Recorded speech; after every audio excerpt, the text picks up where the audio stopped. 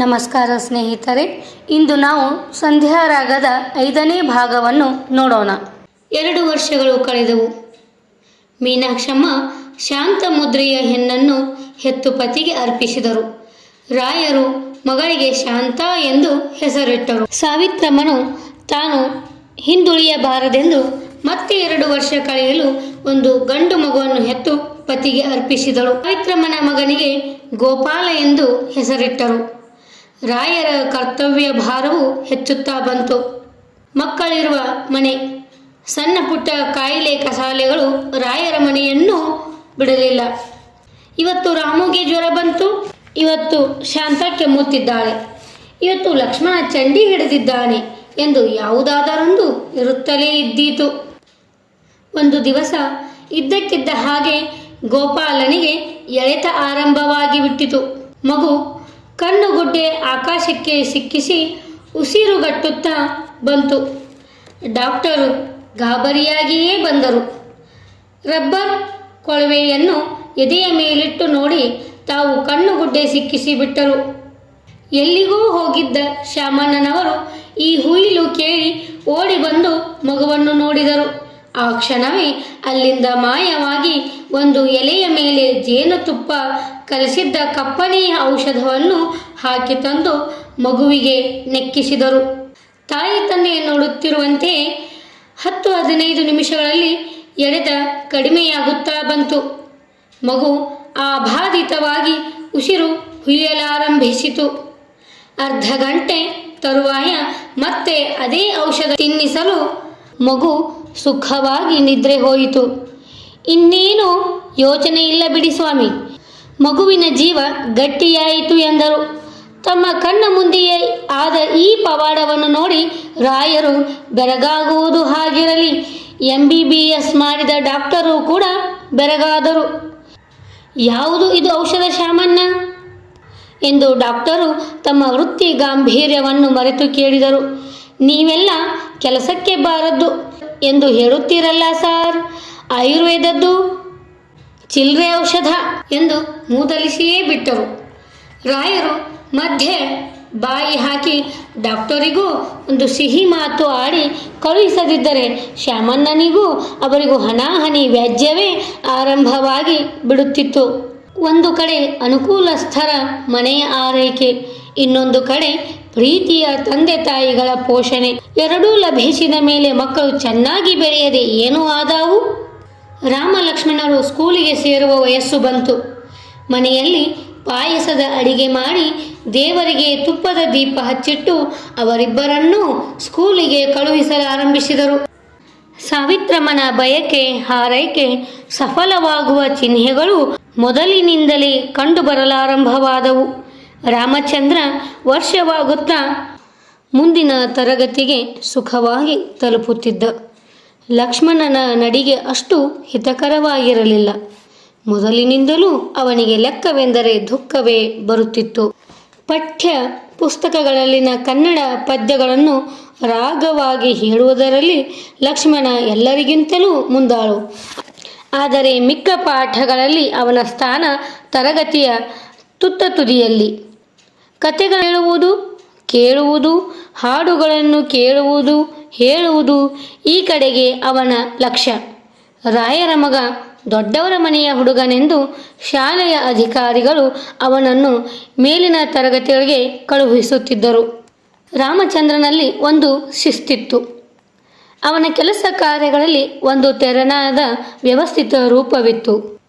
ಪುಸ್ತಕಗಳಿಗೆ ಅಚ್ಚುಕಟ್ಟಾಗಿ ರಟ್ಟು ಹಾಕಿ ಅವನು ಇಟ್ಟುಕೊಳ್ಳುತ್ತಿದ್ದ. ಅವನು ಇಟ್ಟುಕೊಳ್ಳುತ್ತಿದ್ದ ರೀತಿ, ಮನೆಯ ಪಾಠಗಳನ್ನು ಮಿಗಿಸದೆ ಮಾಡಿ ಮುಗಿಸುತ್ತಿದ್ದ ಬಗೆ, ಪಾಠಗಳನ್ನು ಪೂರ್ವಭಾವಿಯಾಗಿ ಸಿದ್ಧ ಮಾಡಿಕೊಂಡು ಕ್ಲಿಷ್ಟ ಪದಗಳಿಗೆ ನಿಘಂಟು ನೋಡಿ ಅರ್ಥಗಳನ್ನು ತಿಳಿದುಕೊಂಡು ಹೋಗುತ್ತಿದ್ದುದು, ಎಲ್ಲದರಲ್ಲಿಯೂ ಒಂದು ಕ್ರಮ, ಒಂದು ನಿಯಮವಿತ್ತು. ಇದರ ಜೊತೆಗೆ ರಾಮಚಂದ್ರನಲ್ಲಿ ಸಾಕಷ್ಟು ನುಗ್ಗುವ ಶಕ್ತಿ ಮೊದಲಿನಿಂದಲೂ ಬೆಳೆದು ಬಂದಿತ್ತು. ಇದನ್ನು ಅವನು ತನ್ನ ತಂದೆಯಿಂದ ಬಳುವಳಿಯಾಗಿ ಪಡೆದನೆಂದರೂ ತಪ್ಪಾಗದು. ಫುಟ್ಬಾಲ್ ಮೈದಾನದಲ್ಲಿ ರಾಮಚಂದ್ರನೇ ಮುಂದಾಳು. ಅವನೇ ಟೀಮಿನ ಕ್ಯಾಪ್ಟನ್.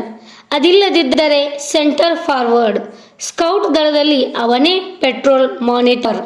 ಇತರರ ಮೇಲೆ ಅಧಿಕಾರ ಮಾಡುವ ಚಪಲ ಅನುಕೂಲಗಳು ರಾಮಚಂದ್ರನಿಗೆ ಮೊದಲಿನಿಂದಲೇ ಬಂದವು. ಸ್ಕೂಲಿನ ಸೀಮೆ ಸುಣ್ಣವೆಲ್ಲ ತರಗತಿಯ ಮಾನಿಟರ್ಗಳ ಹತ್ತಿರವಿರುವುದರಿಂದ ರಾಮಚಂದ್ರನ ತರಗತಿಯ ಹುಡುಗರು ಅವನನ್ನು ಪಡಿಗಾಗಿ ಆಶ್ರಯಿಸಬೇಕಾಗಿತ್ತು. ಸ್ಕೌಟ್ ಟ್ರೂಪಿನ ಹುಡುಗರು ಶಾಲೆಯ ನಿತ್ಯದ ಡ್ರಿಲ್ ತರಗತಿಯಿಂದ ತಪ್ಪಿಸಿಕೊಳ್ಳಬಹುದಾಗಿತ್ತು. ಈ ಅನುಕೂಲಕ್ಕಾಗಿ ಅನೇಕ ಸೋಮಾರಿ ಹುಡುಗರು ಸ್ಕೌಟುಗಳಾಗಿ ಬಿಡುತ್ತಿದ್ದರು. ಆದರೆ ಡ್ರಿಲ್ ತಪ್ಪಿದರೆ ಸ್ಕೌಟು ಕ್ಲಾಸುಗಳಿರುತ್ತಿದ್ದವು. ಅವುಗಳಿಗೆ ಚಕ್ಕರ್ ಹೊಡೆಯಬೇಕಾದರೆ ನಾಯಕನ ವಿಶ್ವಾಸ ಬೇಕು. ಈ ಕಾರಣದಿಂದಲೂ ಹುಡುಗರು ರಾಮಚಂದ್ರನನ್ನು ಆಶ್ರಯಿಸುತ್ತಿದ್ದರು. ಆದರೆ ಲಕ್ಷ್ಮಣನಲ್ಲಿ ಅಣ್ಣನ ಈ ಎರಡು ಗುಣಗಳು ಸಂಪೂರ್ಣವಾಗಿ ಲೋಪವಾಗಿದ್ದವು. ಬುದ್ಧಿಗೆ ತೋರಿದರೆ 8 ದಿವಸದ ಪಾಠವನ್ನು ಒಂದೇ ದಿವಸ ಸಿದ್ಧ ಮಾಡಿಬಿಡುವನು. ಮನಸ್ಸಿಗೆ ಬಾರದಿದ್ದರೆ ತಿಂಗಳಾದರೂ ಪುಸ್ತಕಗಳನ್ನು ಮುಟ್ಟುತ್ತಿರಲಿಲ್ಲ. ಪುಸ್ತಕಗಳನ್ನು ಕಳೆದುಕೊಳ್ಳುವುದು, ಇದ್ದ ಪುಸ್ತಕಗಳ ಹಾಳೆಗಳನ್ನು ಕಳೆದುಕೊಳ್ಳುವುದು ಅವನಿಗೆ ಸಾಮಾನ್ಯವಾಗಿ ಬಿಟ್ಟಿತ್ತು. ಊಟ ಮಾಡಿ ಶಾಲೆಗೆ ಹೊರಟ ಲಕ್ಷ್ಮಣ ನೇರವಾಗಿ ಶಾಲೆಗೆ ಬರುತ್ತಿದ್ದುದೇ ಅಪರೂಪ. ದಾರಿಯಲ್ಲಿ ಹಾವಾಡಿಗನನ್ನು ಕಂಡರಾಯಿತು. ಮೋಡಿ ಮಾಡುವವರು, ಮಾರಿಯನ್ನು ಹೊತ್ತು ಛಾಟಿಯಿಂದ ತಮ್ಮನ್ನೇ ಹೊಡೆದುಕೊಳ್ಳುವವರು, ಯಕ್ಷಿಣಿ ಡೊಂಬರಾಟ ಆಡಿಸುವವರು, ತಂಬೂರಿಯನ್ನು ಏಕನಾದವನ್ನು ಶ್ರುತಿ ಮಾಡಿಕೊಂಡು ಭಿಕ್ಷೆಗಾಗಿ ಹಾಡುವವರು ಯಾರಾದರೂ ಸಿಕ್ಕಿದರಾಯಿತು. ಅಂದಿನ ಶಾಲೆ, ಪಾಠ, ಮನೆ, ಮಠ ಎಲ್ಲವೂ ಲಕ್ಷ್ಮಣನಿಗೆ ಮರೆತೇ ಹೋಗುತ್ತಿದ್ದವು. ರಾಮಚಂದ್ರನೆಷ್ಟು ಸಂಘಪ್ರಿಯನೋ ಲಕ್ಷ್ಮಣನಷ್ಟೇ ಏಕಾಂತ ಪ್ರಿಯನಾಗಿದ್ದ. ರಾಮಚಂದ್ರನ ಸುತ್ತಮುತ್ತಲೂ ಜನ ತುಂಬಿದ್ದರೆ ಅವನನ್ನು ಭಲೆ ಭಲೆ ಎನ್ನುತ್ತಿದ್ದರೆ ಅವನು ಒಬ್ಬ ಮನುಷ್ಯ. ಲಕ್ಷ್ಮಣನನ್ನು ಯಾರಾದರೂ ಮಾತನಾಡಿಸಿದರೆ ಸಾಕು, ಮುಟ್ಟಿದರೆ ಮುನಿಯಂತಾಗುತ್ತಿದ್ದ. ಮನಸ್ಸಿನ ಭಾವನೆ, ಚಿಂತನೆಗಳನ್ನು ಪ್ರಕಟಿಸಲು ಮಾತು ಒಂದು ಸಾಧನವೆಂಬುದು ಅವನ ಮನಸ್ಸಿಗೆ ಬಾರದು. ತನ್ನಷ್ಟಕ್ಕೆ ತಾನೇ ಹಾಡಿಕೊಳ್ಳುವನು. ಊರ ಹೊರಗಿನ ಬಂಡೆಯ ಮೇಲೆ ಕುಳಿತು ಸಂಜೆಯ ಆಗಸದ ಬಣ್ಣ ಬಣ್ಣಗಳನ್ನು ನೋಡುತ್ತಾ ಮೈಮರೆಯುವನು. ಹೊಳೆಯ ತಿಳಿ ನೀರಿನಲ್ಲಿ ಬಣ್ಣಗಳನ್ನು ನೋಡುತ್ತಾ ಮೈಮರೆಯುವನು. ಹೊಳೆಯ ತಿಳಿ ನೀರಿನಲ್ಲಿ ಕಾಲು ಬಿಟ್ಟುಕೊಂಡು ಕುಳಿತು ಅಲ್ಲಿನ ಮೀನುಗಳನ್ನು ಸ್ನೇಹ ಸಲಿಗೆಗಳಿಂದ ಪರಸ್ಪರ ನನ್ನಿಯಾಟವಾಡುವುದನ್ನು, ತನ್ನ ಕಾಲನ್ನು ಕಚ್ಚುವುದನ್ನು ನೋಡುತ್ತಾ ದೇಹದ ಪರಿವೆಯನ್ನೇ ಮರೆಯುವನು. ಶಾಲೆಯಲ್ಲಂತೂ ಲಕ್ಷ್ಮಣನಿಗೆ ಸ್ನೇಹಿತರು ದೊರೆಯಲೇ ಇಲ್ಲ. ಏಕೆಂದರೆ ಆತ ಶಾಲೆಗೆ ಹೋಗುತ್ತಿರುವುದೇ ಅಪರೂಪವಾಗಿತ್ತು. ಅವನ ಸ್ನೇಹಿತರು ಅನಿಸಿಕೊಳ್ಳುತ್ತಿದ್ದವರೆಂದರೆ ಶ್ಯಾಮಣ್ಣನವರೊಬ್ಬರೇ. ಶ್ಯಾಮಣ್ಣನವರ ಭಾರತ ವಾಚನವೆಂದರೆ ಲಕ್ಷ್ಮಣನಿಗೆ ಅಚ್ಚುಮೆಚ್ಚು. ಅವನ ಆನಂದವನ್ನು ಬಿಚ್ಚಿ ಹೇಳುವುದಕ್ಕೂ ಅವನಿಗೆ ಸಂಕೋಚ. ಎಂದಾದರೊಂದು ದಿವಸ ಶ್ಯಾಮಣ್ಣನವರ ಹಾಗೆ ಭಾರತ ಓದುವುದನ್ನು ಕಲಿಯಬೇಕೆಂದು ಆಶಿಸುತ್ತಿದ್ದ. ಶ್ಯಾಮಣ್ಣನವರ ವಾಚನ ರೀತಿಯನ್ನು ಅನುಕರಿಸಿ ಅದೇ ಬಗೆಯಲ್ಲಿ ತನ್ನ ಪಠ್ಯ ಪದ್ಯಗಳನ್ನು ಓದುವುದರ ಮೂಲಕ ತನ್ನ ಭಕ್ತಿ ವಿಶ್ವಾಸವನ್ನು ಪ್ರದರ್ಶಿಸುತ್ತಿದ್ದ. ಶ್ಯಾಮಣ್ಣನವರ ಹತ್ತಿರ ದೊಡ್ಡ ಆಸ್ತಿಯೊಂದಿತ್ತು, ಒಂದು ಸುಂದರವಾದ ತಂಬೂರಿ. ಅವರು ಏಕಾಂಗಿ. ಅವರ ಆಸ್ತಿ ಎಂದರೆ ತಂಬೂರಿಯೊಂದೇ. ಏಕಾಂಗಿಯಾದ ಅವರ ಬಳಿ ಇನ್ನೇನು ಬರಬೇಕು? ಅವರ ಭಾರತ ವಾಚನವನ್ನು ಕೇಳಿದ್ದ ಒಬ್ಬ ಮೈಸೂರು ವಿದ್ವಾಂಸರು ತಾವು ಉಪಯೋಗಿಸುತ್ತಿದ್ದ ಮಾಗಡಿ ತಂಬೂರಿಯನ್ನು ಸಂತೋಷದಿಂದ ದಾನ ಮಾಡಿದ್ದರು. ಸಂಗೀತಗಾರರ ಮನೆಯಲ್ಲಿ ಅದು 4 ತಲೆಮಾರಿನಿಂದಲೂ ಇತ್ತು. ಅಂತಹ ವಂಶ ಪಾರಂಪರ್ಯವಾದ ಆಸ್ತಿಯನ್ನು ಸಂಗೀತ ವಿದ್ವಾಂಸರು ಸಂದೇಶ ಸಹಿತವಾಗಿಯೇ ಒಪ್ಪಿಸಿದ್ದರು. ಅದೇನೆಂದರೆ, ನಿಮ್ಮ ವಿದ್ಯೆಗೂ ನಿಮ್ಮ ಭಾರತದ ಸವಿಗೂ ಇದು ನನ್ನ ಕಾಣಿಕೆ ಶ್ಯಾಮಣ್ಣನವರೇ. ಏನೇ ಕಷ್ಟ ಬಂದರೂ ಇದನ್ನು ನೀವು ಮಾರಬಾರದು. ಕಾಲ ಒದಗಿದಾಗ ಯೋಗ್ಯನಾದ ಶಿಷ್ಯನಿಗೆ ದಾನ ಮಾಡಿ ಇದೇ ಮಾತನ್ನು ಅವನಿಗೂ ಹೇಳಬೇಕು ಎಂದು ಹೇಳಿ ಮಾರುವುದಿಲ್ಲ ಎಂದು ಶ್ಯಾಮಣ್ಣನವರಿಂದ ಮಾತು ತೆಗೆದುಕೊಂಡಿದ್ದರು. ಅಂದಿನಿಂದ ಶ್ಯಾಮಣ್ಣನವರು ಉತ್ತಮ ಶಿಷ್ಯನಿಗಾಗಿ ಹುಡುಕಾಡುತ್ತಲೇ ಇದ್ದರು. ಆ ತಂಬೂರಿಯನ್ನು ನೋಡಿದರೆ ಸಾಕು ಲಕ್ಷ್ಮಣನ ಮೈ ಝುಮ್ ಎನ್ನುತ್ತಿತ್ತು.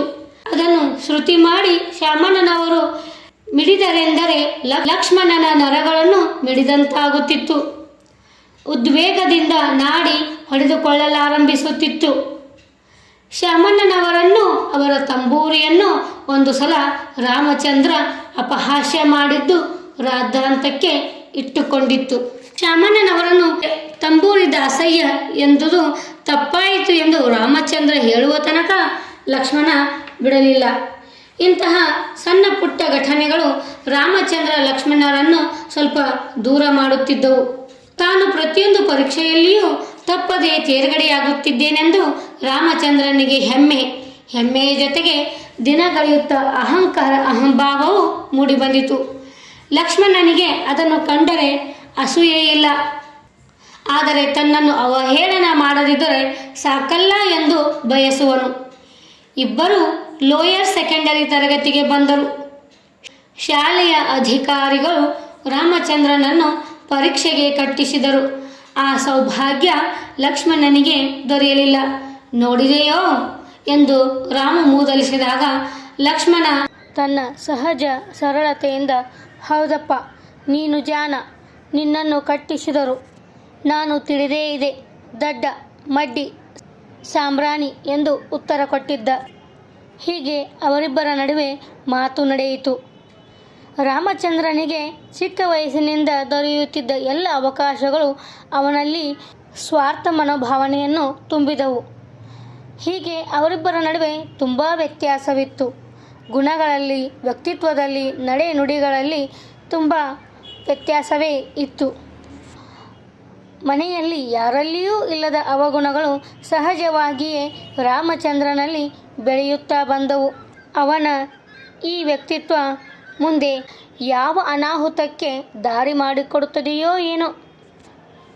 ತಮ್ಮ ಮಗ ಮುಂದಕ್ಕೆ ಬರುತ್ತಿಲ್ಲವಲ್ಲ, ಎಲ್ಲದರಲ್ಲಿಯೂ ಹಿಂದುಳಿಯುತ್ತಿದ್ದಾನಲ್ಲ ಎಂದು ಮೀನಾಕ್ಷಮ್ಮನವರು ಮರುಗಿದರು. ಸಮಯವರಿತು ರಾಯರಿಗೆ ತಿಳಿಸಿದರು. ಹುಡುಗ 4 ದಿವಸ ಆಡಿಕೊಂಡಿರಲಿ ಬಿಡು, ಈ ವರ್ಷವಿಲ್ಲದಿದ್ದರೆ ಮುಂದಿನ ವರ್ಷ ಕಟ್ಟುತ್ತಾನಂತೆ, ಏನೀಗ ಕೊಳ್ಳೆ ಹೋಗಿರುವುದು ಅವನಿಗೆ ವಯಸ್ಸು ಎಂದು ರಾಯರು ಸಮಾಧಾನ ಹೇಳಿದ್ದರು. ಹೀಗೆ 5ನೇ ಅಧ್ಯಾಯದಲ್ಲಿ ರಾಮಚಂದ್ರ ಹಾಗೂ ಲಕ್ಷ್ಮಣನ ನಡುವೆ ಇರುವಂತಹ ವ್ಯತ್ಯಾಸವನ್ನು ನೋಡಿದೆವು.